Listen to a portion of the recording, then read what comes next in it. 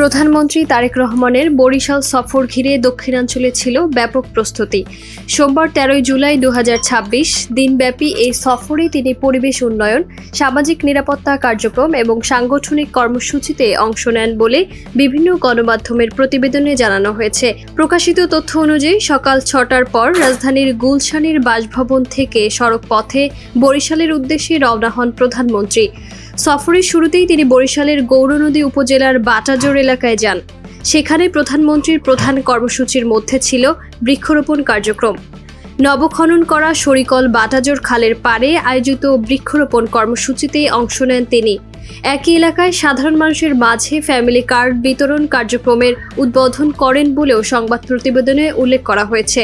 এরপর প্রধানমন্ত্রী বরিশাল নগরীর সাগরদী খালপাড় ও 30 গোডাউন এলাকার কর্মসূচিতে অংশ নেন।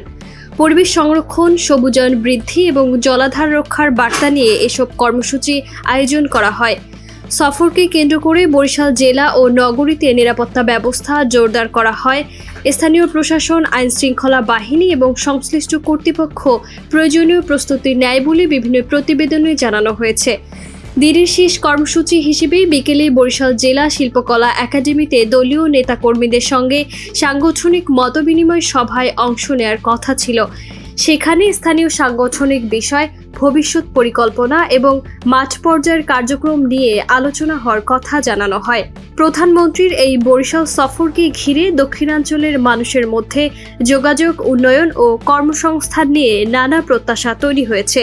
স্থানীয়দের পক্ষ থেকে সড়ক যোগাযোগ উন্নয়ন, অর্থনৈতিক কর্মকাণ্ড বৃদ্ধি এবং নদী ভাঙন প্রতিরোধ সহ বিভিন্ন দাবি সামনে এসেছে। সব মিলিয়ে পরিবেশ ও রাজনৈতিক কর্মসূচির পাশাপাশি রাজনৈতিক ও সাংগঠনিক গুরুত্বের কারণে প্রধানমন্ত্রীর বরিশাল সফর দেশের রাজনৈতিক অঙ্গনে বিশেষ আলোচনার বিষয় হয়ে উঠেছে।